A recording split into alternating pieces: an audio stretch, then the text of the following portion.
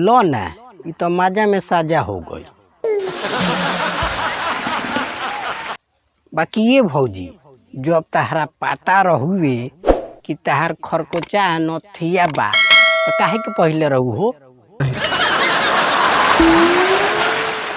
माने तहरा का जरूरत रहुए हऊ कटाहवा नथिया पहिला के? आए जाके खरकोच देलू नू। बताइए भैया लोग, रतिया में नथिया के कौन काम बा?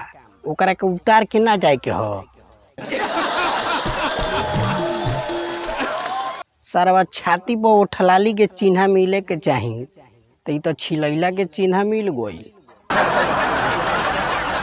बाकी क्या कहीं ये भैया लोग, हे भौजी के प्यार करे के जुनून रहे आ नथिया से छतिया छील देले बाड़ी आ हदर हदर खून बहे।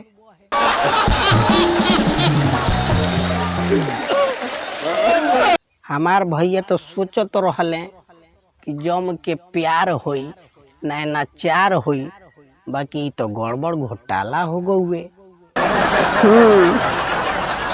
कितना दिन से दिल में सपना रहे कि मेहरारू से कहिया मुलाकात हुई, बाकी दिल के फील सगरी छिलबिल हो गई। जब ये भौजी के बारी आवत तारी तो पहले ही से कहे लागत तारी, आज भर ढेउ दा ढोढ़ी जाने छिउ दा, थकल बा मिजाज जाने हो वाला फिउ दा।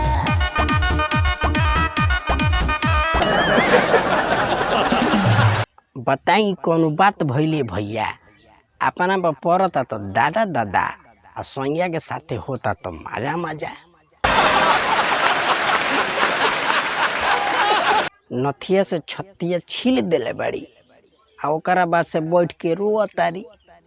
अब रोवाला के कौन फायदा बा ये भौजी? जौन होखे के रहे तो हो गई।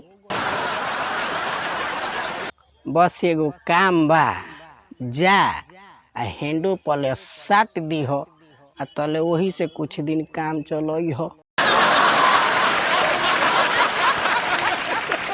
हम तो इतने को हम कि ये भौजी अब दोबारा ऐसन गलती मत करी हो, अपना नथिया के खटिया के नीचे फेंक दी हो।